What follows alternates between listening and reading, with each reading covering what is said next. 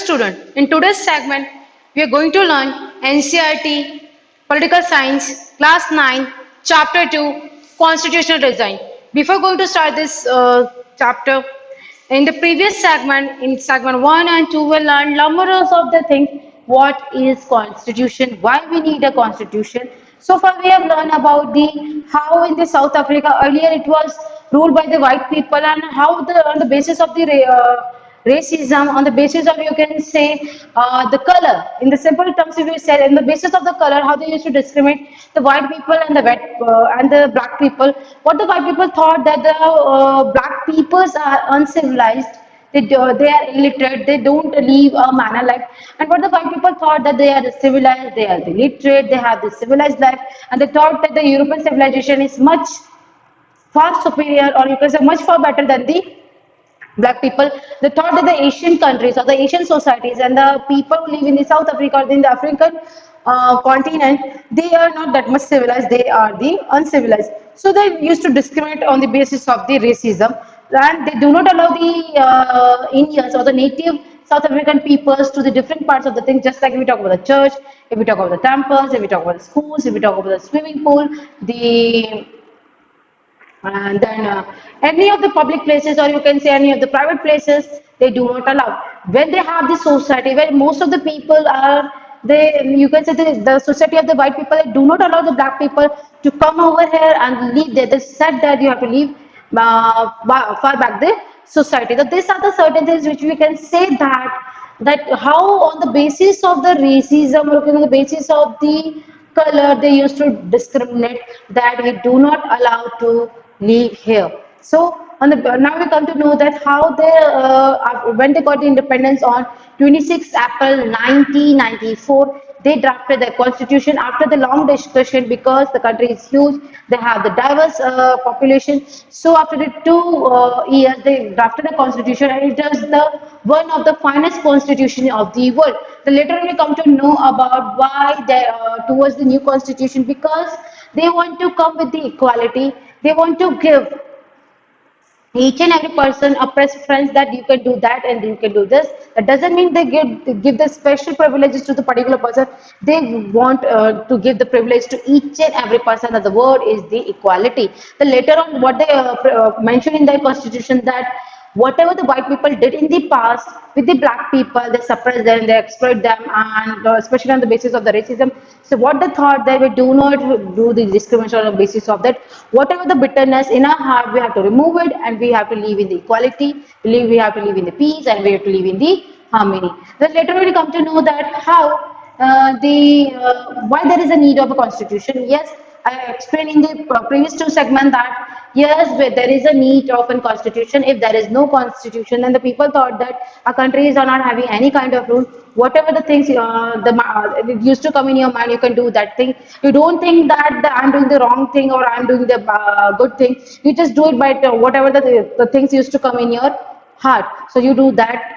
And if there is a certain rules, or there is a certain law that if you committed any of the crime, so you have the pay that if I used to kill that particular person, the law is punished me and it's punished by me. Then later we come to know about the making of the Indian constitution.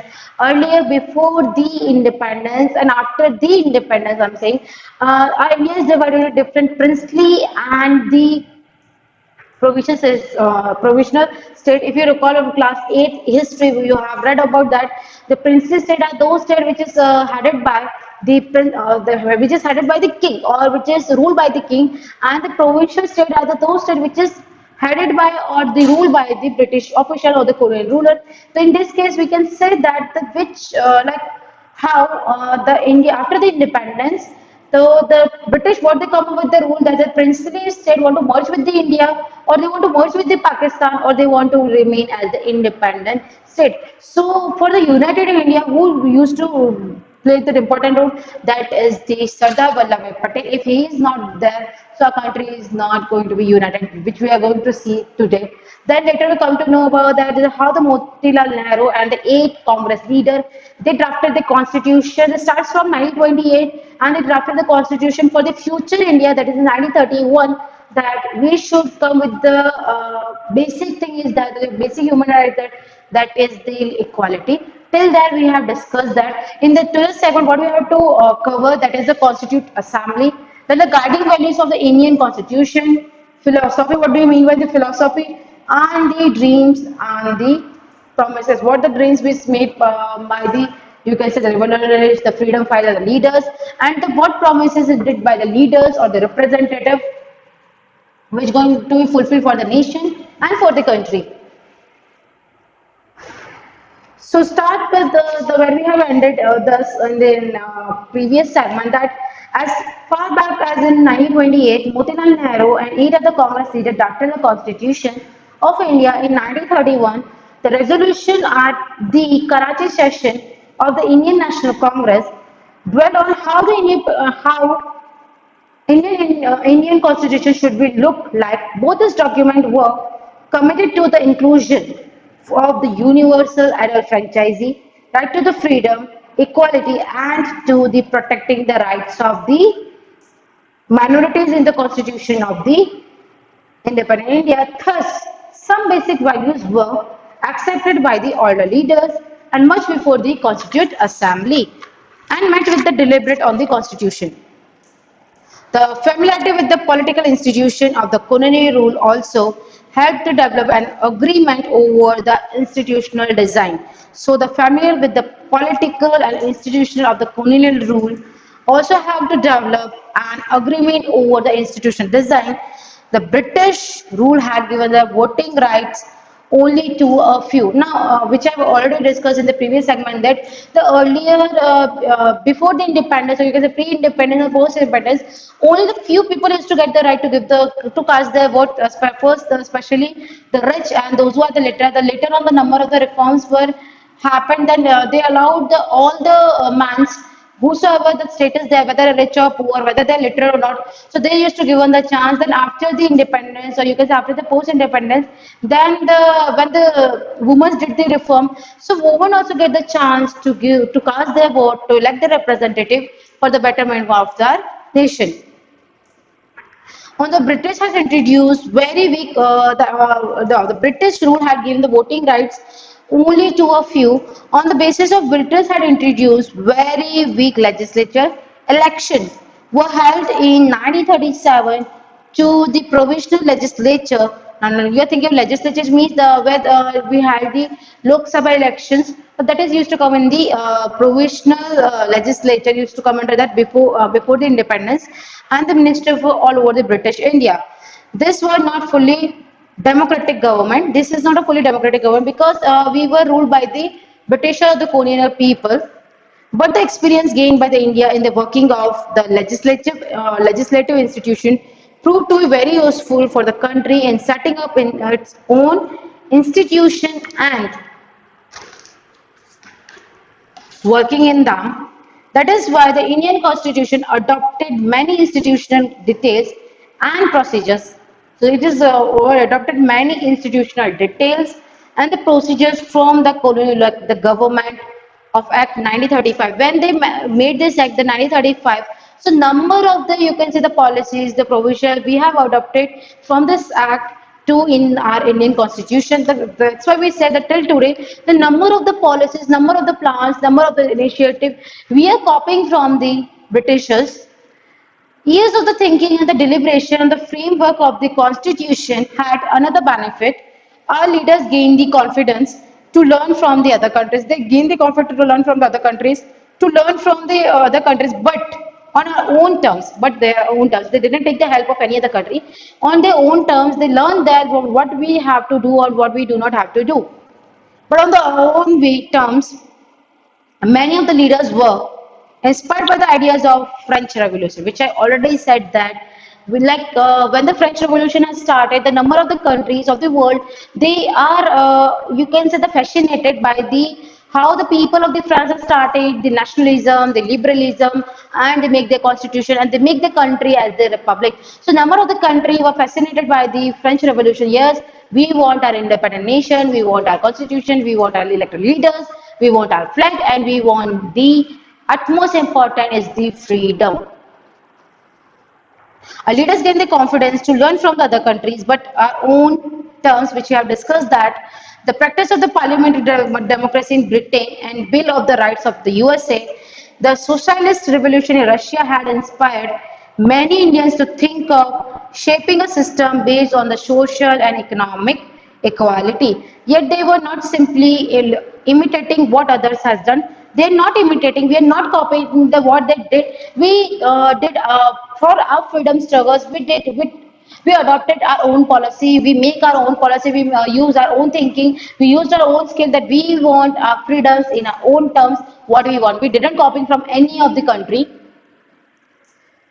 At each step, they were questioning whether the things suited our country. All this factor contributed to the making of our constitution. Now, the Constituent Assembly, who then were the makers of the Indian constitution, you will find here the brief sketch of the some of the leaders who play an important role of making of the constitution. You have the idea because from the class to six till ninth, you know who are the people who make the constitution.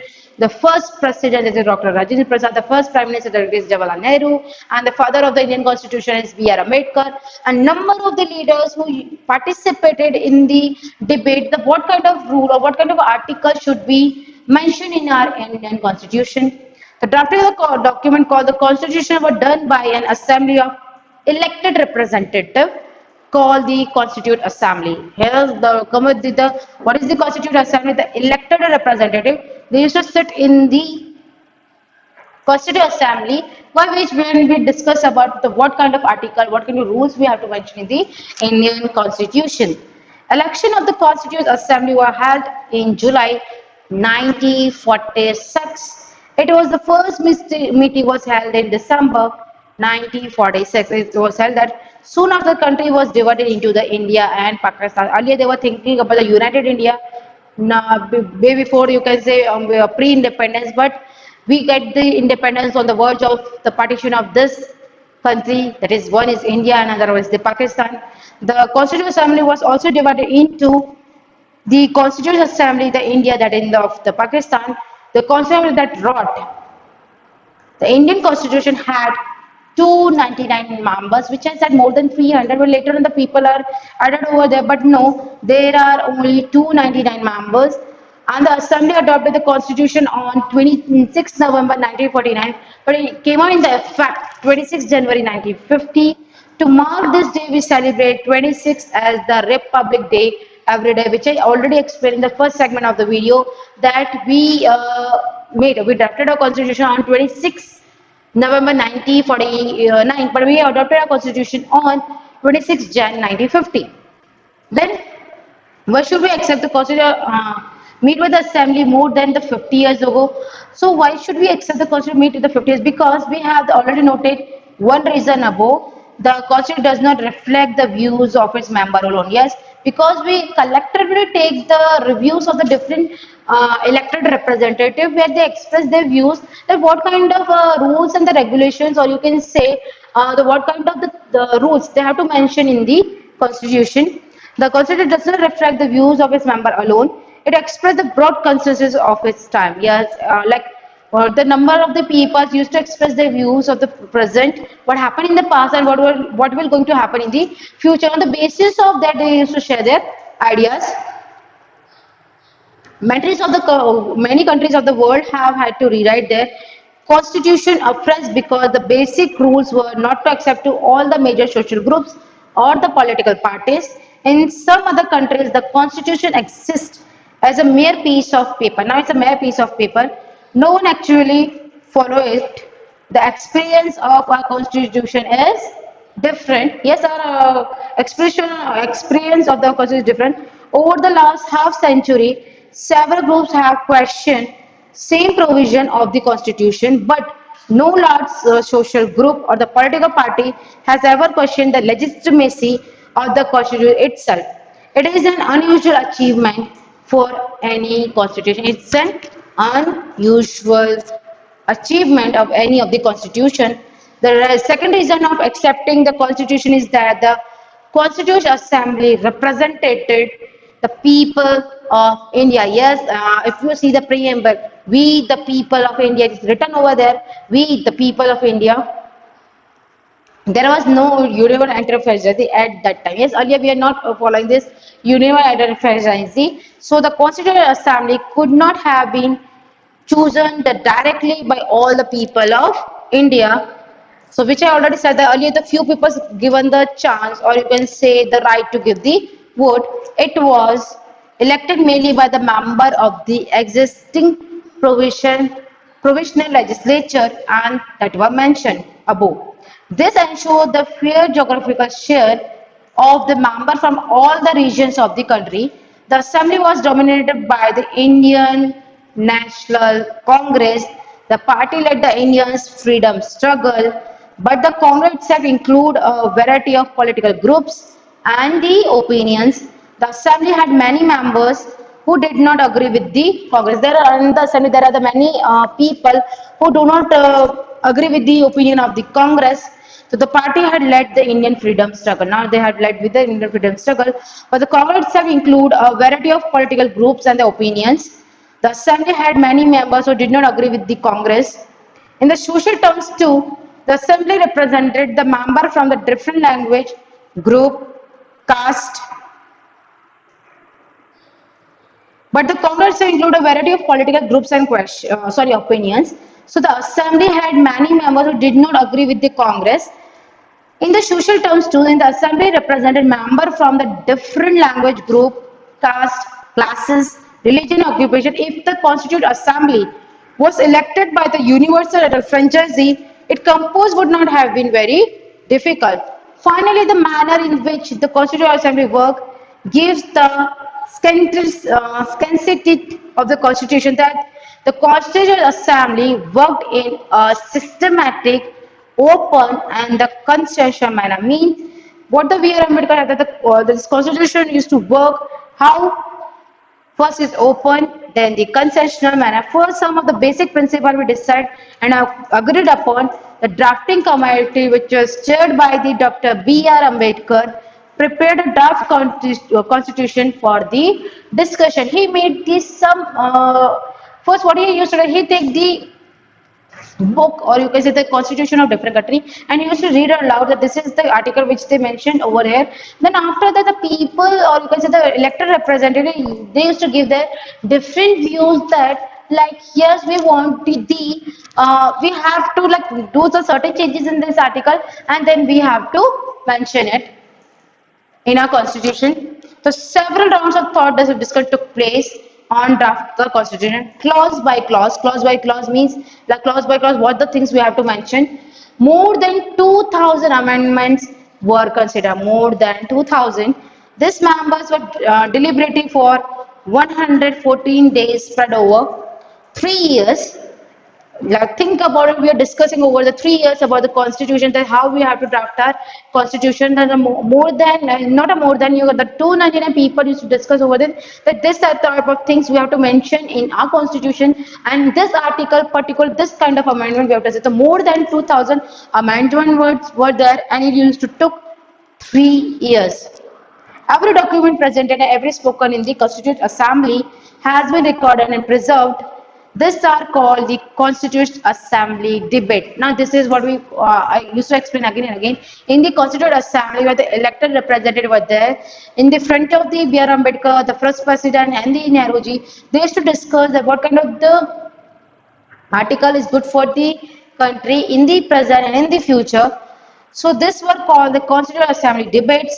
When printed, this debate are 12 bulky volumes. This is in the thick volume, and this debate provide the rationale. But whatever the word which speak by the particular that word to word is you can say typed by the people or the clerk that what they used to say at that time.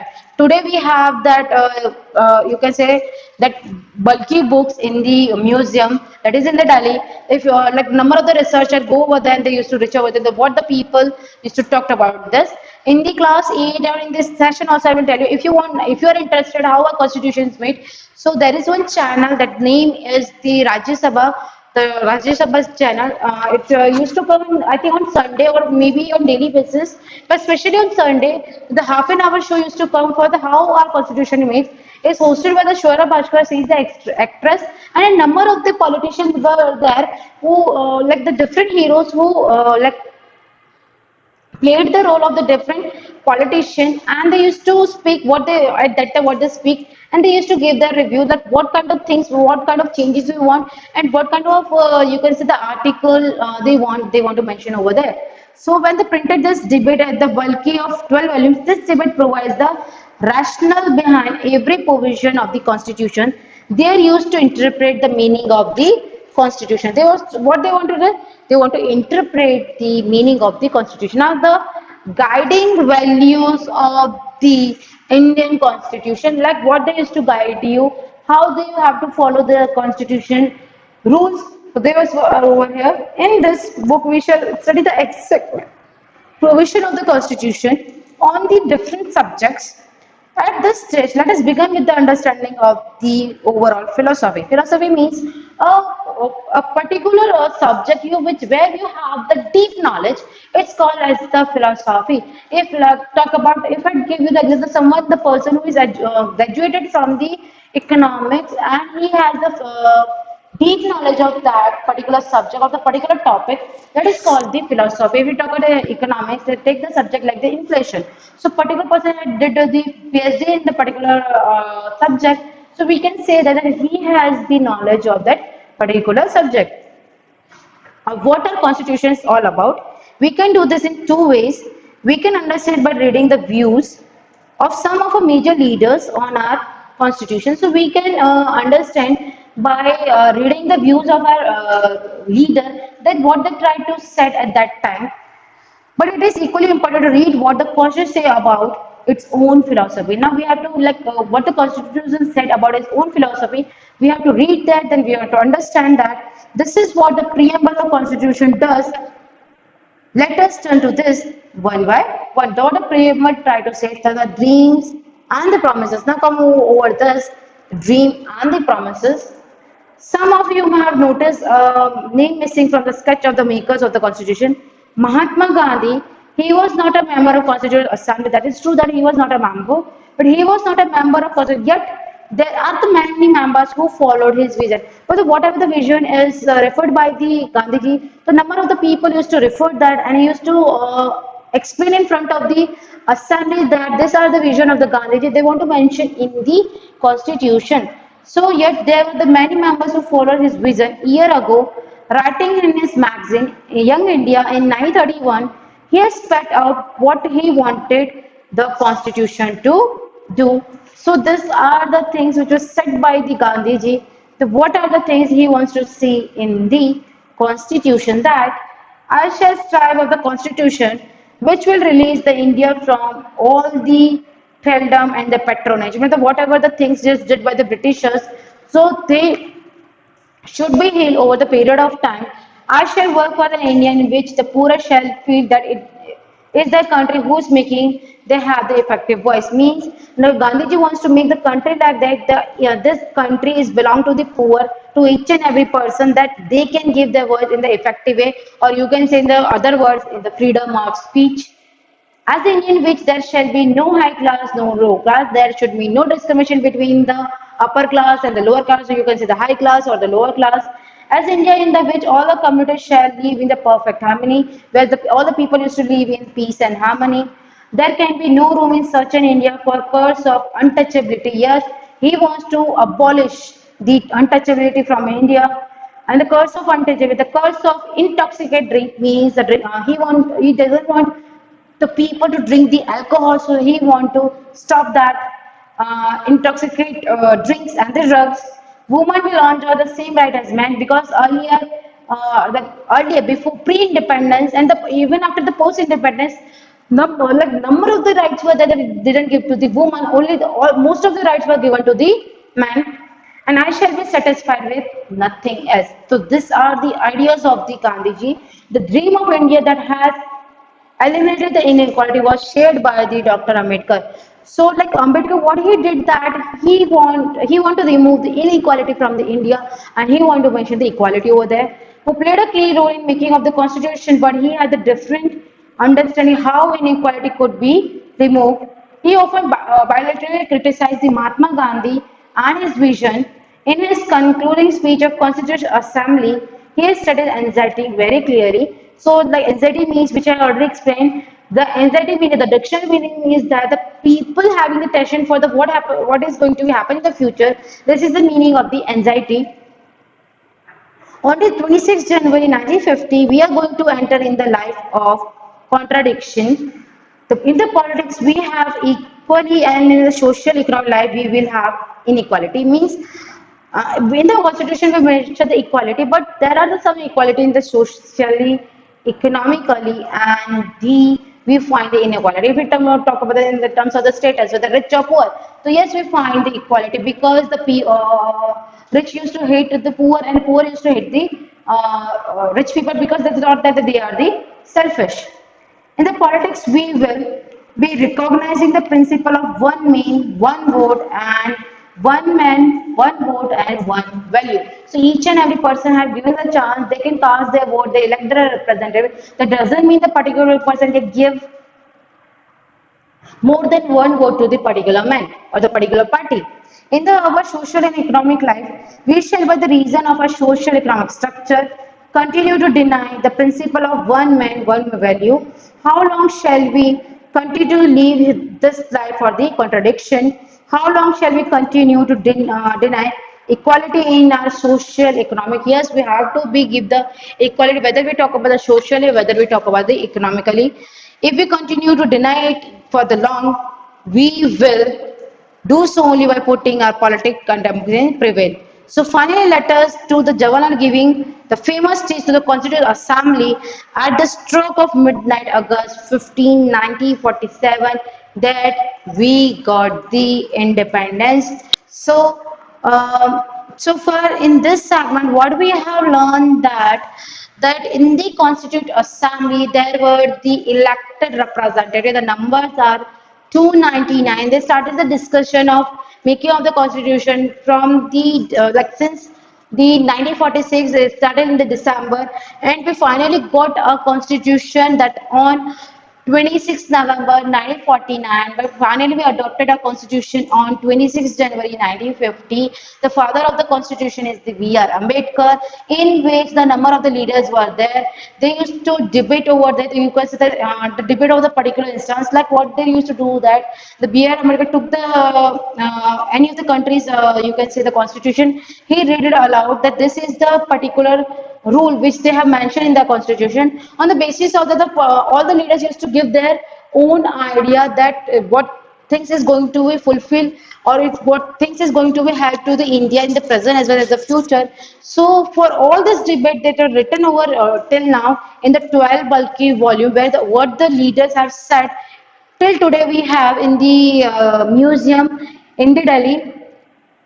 Then later on, that few of the leaders were there who used to come in that and they used to give their views. But some of the leaders were that they are not the elected representatives. We have talked about the Gandhiji. Then what kind of nation he want to? First of all, he want the equality. The none of the person should be discriminated on the basis of their religion, caste, and community. He wants to abolish the untouchability. He want the job for the everybody. He want that this the countries belong to the poor. They can raise their voice. Means the thing in the other words we can say that he wants the freedom of speech for the person. Then what kind of country you want to see that India should be? The India should be a country like that. The people should live in the peace and the harmony. So this all the instance we have to, so far we have discussed that what kind of India we want and what kind of India we not want. We want the India which is, you can say, federal, you can say peaceful, we can say the country with all the people used to live in peace and harmony, and it should be the equality, the respect, the freedom of speech, the right to equality, then right the freedom of speech, all this stuff we can see that yes we have seen in our constitution on all the things which we have mentioned in the constitution. Number of the promises which was done by the number of the leaders, then they're going to fulfill after the independence. So far in this segment we have learned all these things, that the constitution assembly, the guiding values of the Indian constitution, philosophy and the dreams of the promises. I hope you like this video. Thank you.